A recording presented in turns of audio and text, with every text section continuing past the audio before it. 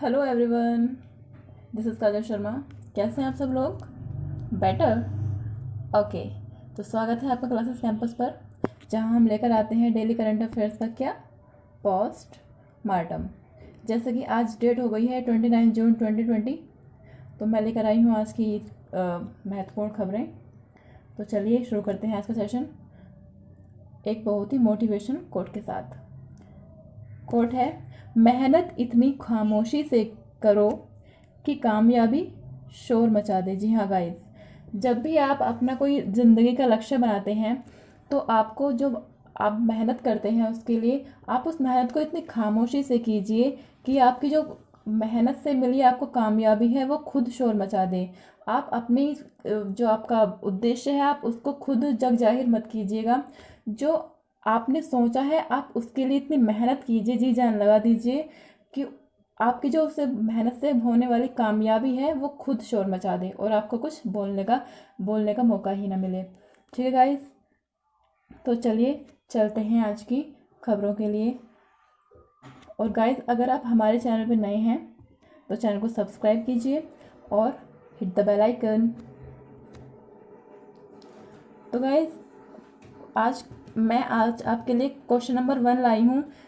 Purpose मेरा ये है इसको लाने का कि मैं आपको कुछ एक्स्ट्रा इन्फॉर्मेशन दे पाऊँ। ठीक है गाइस, हालांकि ये करंट अफेयर का पार्ट नहीं है, बट मैं इसे इसी मोटिव से लाई हूँ कि आपको थोड़ी एक्स्ट्रा इन्फॉर्मेशन मिल जानी चाहिए। तो ठीक है, क्या क्वेश्चन है? हाल ही में राष्ट्रीय आपातकाल के 45 साल पूरे हुए, यह किस सरकार द्वारा घोषित किया गया था? तो जिसका सही आंसर दोस्तों आपको पता भी होगा, इंदिरा गांधी, यानी कि इंदिरा गांधी की सरकार के द्वारा। तो गाइज़, मैं आपको इसके बारे में कुछ फैक्चुअल इन्फॉर्मेशन देना चाहती हूँ जिस पर्पज़ से मैं इसको लाई हूँ। तो गाइज़, ये जो आपातकाल जो लगाया गया था वो कब लगाया गया था दोस्तों? 25 जून 1975 में, और जिसके हाल ही में 45 साल पूरे हुए हैं। मैं इसके बारे में आपको बताना चाहती हूँ कि आपातकाल का जो प्रोविज़न्स हैं वो हमारे इंडियन कॉन्स्टिट्यूशन में कहाँ पर वर्णित हैं। ठीक है गाइस, तो जो आपातकाल के जो प्रोविज़न्स हैं वो हैं पार्ट 18 में, भाग 18 में, संविधान के भाग 18 में। तो और इसकी जो इसके आपातकाल के जो प्रोविज़न्स हैं वो कौन से आर्टिकल्स में हैं, यानी कि अनुच्छेद में हैं? तो वो है 3 अनुच्छेद में, जो हैं 352, 356 और 360। 352 में कौन सा प्रोविज़न है दोस्तों? नेशनल इमरजेंसी का। और 356 में कौन से प्रोविज़न्स हैं? स्टेट इमरजेंसी का। ठीक है गाइस, और 360 में जो प्रोविजंस हैं वो हैं फिनेंशियल इमरजेंसी का। ठीक है गाइस, और रिकॉर्ड है ये आज तक कि हमारे देश में आज तक कभी भी फिनेंशियल इमरजेंसी यानी 360 अनुच्छेद को कभी भी एक्टिव नहीं हुआ है। ठीक है गाइस, तो ठीक है, ये मुझे इन्फॉर्मेशन देनी थी थोड़ी सी आपको थोड़ी फैक्चुअल नॉलेज होनी चाहिए और मैं आपकी हमेशा मदद करती रहूँगी इस तरीके से। ठीक है गाइज, तो आज का जो दूसरा जो क्वेश्चन बनता है यानी कि दूसरी खबर बनती है वो है, हाल ही में किसने घोषणा की है कि वह 2023 में अपना पहला अंतरिक्ष पर्यटक यानी कि यात्री अंतरिक्ष में भेजेगा, जो कि अंतरिक्ष में स्पेस वॉक करेगा। ठीक है गाइज, तो इसका आंसर तो होगा दोस्तों एनर्जिया। अब एनर्जिया क्या है? एनर्जिया है एक कंपनी है, कहाँ की? रशिया की। ठीक है गाइज, रशिया की एक कंपनी है एनर्जिया, जो अपने देश के 2 पर्यटकों को यानी कि 2 विजिटर्स को स्पेस में विजिट करने के लिए ले जाएगा। हालांकि यह मैंने लिखा है कि पहला अंतरिक्ष पर्यटक, ऐसा नहीं है। जो पहले अंतरिक्ष पर्यटक थे वो 2001 में ही जा चुके थे, जिनका नाम था डेनिस टीटो। ठीक है, लेकिन इसमें अब नया क्या है? इसमें नया है कि जो डेनिस टीटो थे वो तो उन्होंने केवल जो जो स्पेस स्टेशन है वहाँ पे स्पेस स्टेशन है वहाँ पे केवल विजिट किया था, उसके केवल वो अंदर रहे थे। लेकिन जो ये लोग हैं, जो दो हमारे यात्री जाएंगे रशिया के, वो क्या करेंगे, वहाँ पे स्पेस वॉक करेंगे, यानी अंतरिक्ष में चलेंगे। ठीक है गाइस, तो ये इसकी इम्पोर्टेंट बात हो जाती है और आपको ये क्वेश्चन का आंसर याद रखना है। ठीक है गाइस, तो चलिए चलते हैं अपनी तीसरी खबर के लिए। क्वेश्चन बना है, हाल ही में साउथ कोरिया ने 2020 में कोरियाई युद्ध के 70वीं वर्षगांठ पर किस भारतीय को अपने देश का सबसे बड़ा सम्मान प्रदान किया है, और जिस सम्मान का नाम है वॉर हीरो। ठीक है, तो उसका आंसर बनता है दोस्तों एजी रंगराज, एजी रंगराज। ठीक है दोस्तों, ये आपको याद रखना है। और आपको बता देते हैं कि ये साउथ कोरिया का है, ये जो सम्मान देंगे हमें साउथ कोरिया देंगे। और साउथ कोरिया की आपको बता देती हूँ कि कैपिटल क्या है, कैपिटल है इसकी सियोल। और अच्छा, ये उन्हें जो सम्मान दिया जा रहा है वो दिया क्यों जा रहा है, चलिए इसके बारे में बात कर लेते हैं। देखिए, ये जो सम्मान दिया जा रहा है, ये कोरियाई युद्ध हुआ था, यानी कि 50वीं वर्षगांठ है, यानी कि 1950 में कोरियाई युद्ध हुआ था, जो कि नॉर्थ कोरिया और साउथ कोरिया के बीच हुआ था। लेकिन उसमें जो हमारे, अब आप कहेंगे कि वहाँ पे हमारे कर्नल क्या कर रहे थे, तो कर्नल जी कर रहे थे कि वहाँ पे जो इन दोनों देशों के बीच की जो सेनाएं थी, वो जो घायल सेनाएं थी, इन्होंने एजी रंगराज जी ने उन्हें मेडिकेशन उपलब्ध कराई, उनका इलाज किया, उनका बहुत ही ख्याल रखा, जैसे कि क्रीमिया वॉर में नाइट एंगल ने किया था। तो ये बहुत ही इम्पोर्टेंट बात हो जाती है हमारे भारतीयों के लिए। ठीक है गाइस, तो चलिए चलते हैं अपने अगली खबर के लिए। अच्छा ठीक है, जैसे कि मैंने आपसे प्रॉमिस किया है कि मैं आपको मैप के थ्रू पढ़ाऊँगी, आपको मैपिंग सिखाऊँगी। तो चलिए मैं मैप लाई हूँ आपके लिए और बता दी हूँ कि कोरिया कहाँ पर है। दोस्तों, पहले मैं बताती हूँ कि मैप को पढ़ा किस तरीके से जाता है, यानी कि देखा किस तरीके से जाता है, क्या इसके रूल्स होते हैं, इसके बेसिक्स क्या होते हैं। तो मैं बताती हूँ आपको कि इसके बेसिक्स क्या होते हैं इसको पढ़ने के। दोस्तों, सबसे पहले हमें देखना चाहिए कि हमारा जो वर्ल्ड मैप पे जो अपना जो देश है, यानी कि हमारा प्यारा भारत, वो कहाँ पे सिचुएटेड है। तो देखिए, ये रहा हमारा प्यारा भारत। और जो हमें फिर देखना चाहिए कि 4 दिशाएं किधर किधर को पड़ती हैं, यानी कि जो 4 डायरेक्शंस होती हैं वो किधर किधर को पड़ती हैं। तो देखिए, ऐसे बना दिया मैंने डायरेक्शंस। और अब इसमें बताती हूँ कि जो नॉर्थ है, उत्तर ऊपर की तरफ, ईस्ट है इस साइड पूर्व, साउथ है नीचे की तरफ यानी दक्षिण, और जो वेस्ट है यानी कि पश्चिम, वो पड़ता है इस साइड।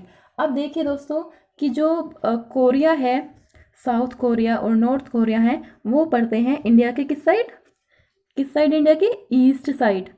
ठीक है गाइस, तो इंडिया की किस साइड पड़ती है, ईस्ट साइड। अब इसको हम मान सकते हैं कि ईस्ट नॉर्दर्न व ईस्टर्न साइड में पड़ता है। ठीक है गाइस, तो ये जो उत्तर कोरिया है नॉर्दर्न व ईस्टर्न साइड में पड़ता है। ठीक है, तो यहाँ पे है नॉर्थ कोरिया व ये साउथ कोरिया। ठीक है गाइस, तो ऊपर जो पड़ता है, मैंने आपको बताया कि नॉर्थ ऊपर की साइड पड़ता है, तो ऊपर है नॉर्थ कोरिया। देखिए आपको दिख रहा होगा, ये येलो कलर में दिख रहा है ना गाइस। तो और ये जो रेड कलर में है, ये है साउथ कोरिया।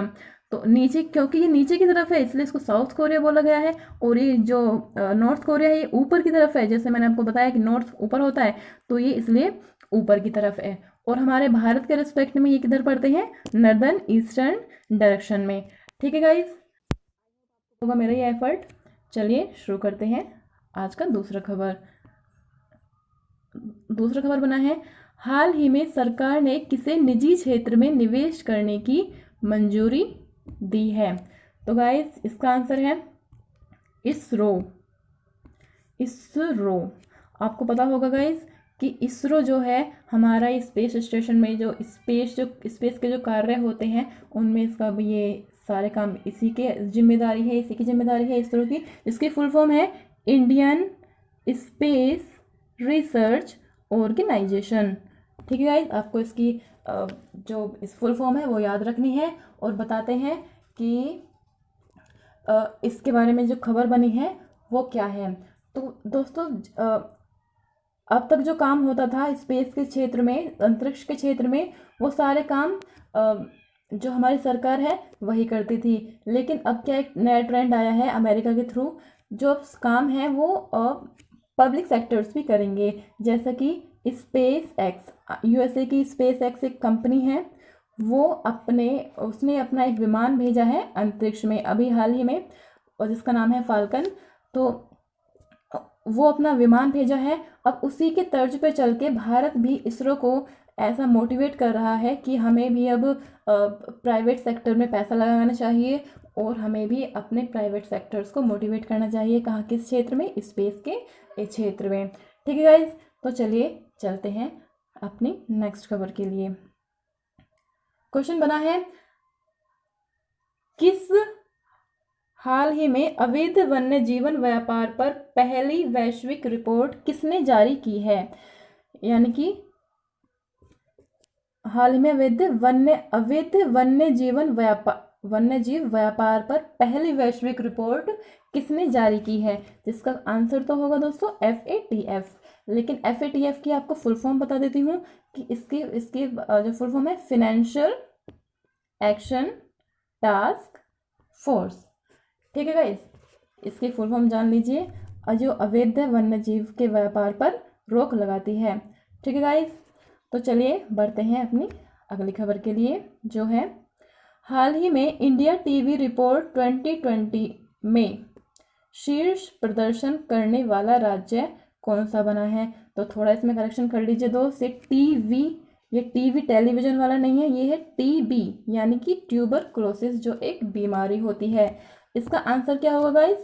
इसका आंसर होगा गुजरात, अपने मोदी जी का गुजरात।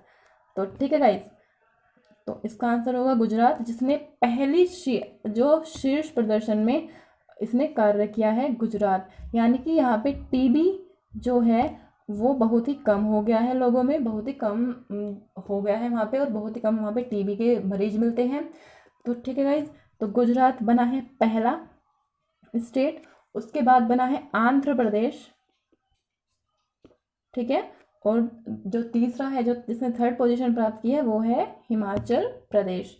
तो चलिए बढ़ते हैं अपनी अगली खबर के लिए, जो है हाल ही में ग्लोबल एजुकेशन मॉनिटरिंग रिपोर्ट 2020 किसने जारी की है?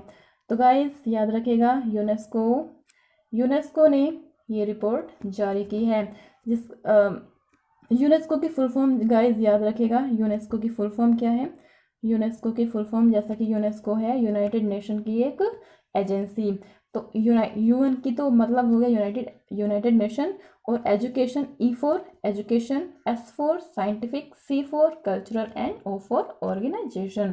ठीक है गाइज, तो ऑर्गेनाइजेशन इसकी फुल फॉर्म याद रखना आप। और इसका मैं इस्टेब्लिशमेंट कब हुआ था वो भी बता देती हूँ। वो हुआ था 16 नवंबर 1945 को। ठीक है गाइज, 1945 को हुआ था इसका इस्टेब्लिशमेंट।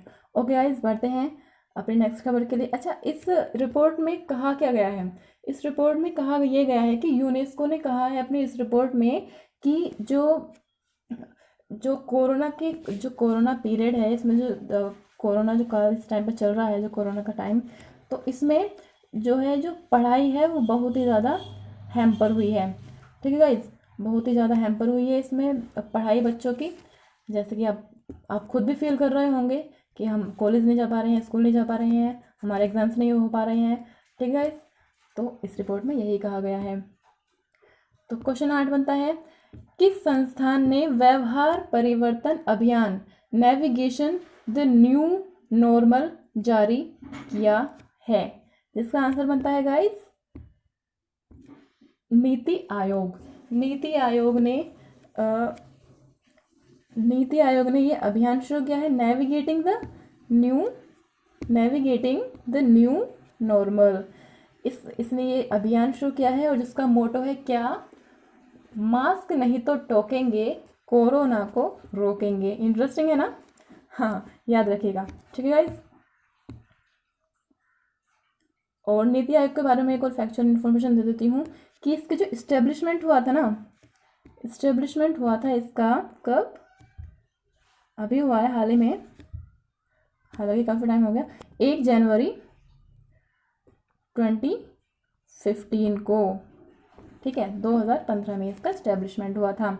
ठीक है गाइज, और जो नीति आयोग है उसको क्या बोला जाता है? थिंक टैंक, थिंक टैंक बोला जाता है नीति आयोग को। तो चलिए बढ़ते हैं अपनी अगली खबर के लिए, और जो मैं फैक्चुअल इन्फॉर्मेशन दे रही हूँ आप वो लिखते जाइएगा, याद करते जाइएगा प्लीज़ गाइज, ठीक है। क्वेश्चन 9 बनता है, हाल ही में संजीता चानू से डोपिंग के आरोप हटाए गए, वह किस खेल से संबंधित हैं? तो गाइज इसका आंसर है भारोत्तोलन। ठीक है गाइज, ये एक फैक्चुअल इन्फॉर्मेशन है जो आपको ऐसे के ऐसे ही याद रखनी है। ठीक है, क्वेश्चन 10 बनता है, मुख्यमंत्री मातृ पुष्टि उपहार योजना किस राज्य सरकार द्वारा शुरू की जाएगी? तो इसका आंसर है गाइज त्रिपुरा। ओके गाइज, जो कि एक ईस्टर्न स्टेट है, ईस्टर्न स्टेट है। ठीक है गाइज, ईस्टर्न स्टेट है। चलिए बढ़ते हैं, आज के जो मैंने आपको कल क्वेश्चन दिया था आपका, वो है, हाल ही में कहाँ पर पहले हिंदू मंदिर की आधारशिला रखी गई थी? जो है इस्लामाबाद। बहुत ही इंटरेस्टिंग न्यूज़ थी ये, और बहुत ही प्राउड मोमेंट है हमारे लिए। और कौन से भगवान की है? लॉर्ड कृष्णा। ठीक है गाइस, और जो आज आपका जो क्वेश्चन फॉर यू है दैट इज, किस देश में दुनिया का सबसे लंबा इंटरनेट प्रतिबंध है? जिसका आंसर करना है दोस्तों आपको। Thank you so much guys, take care, bye bye.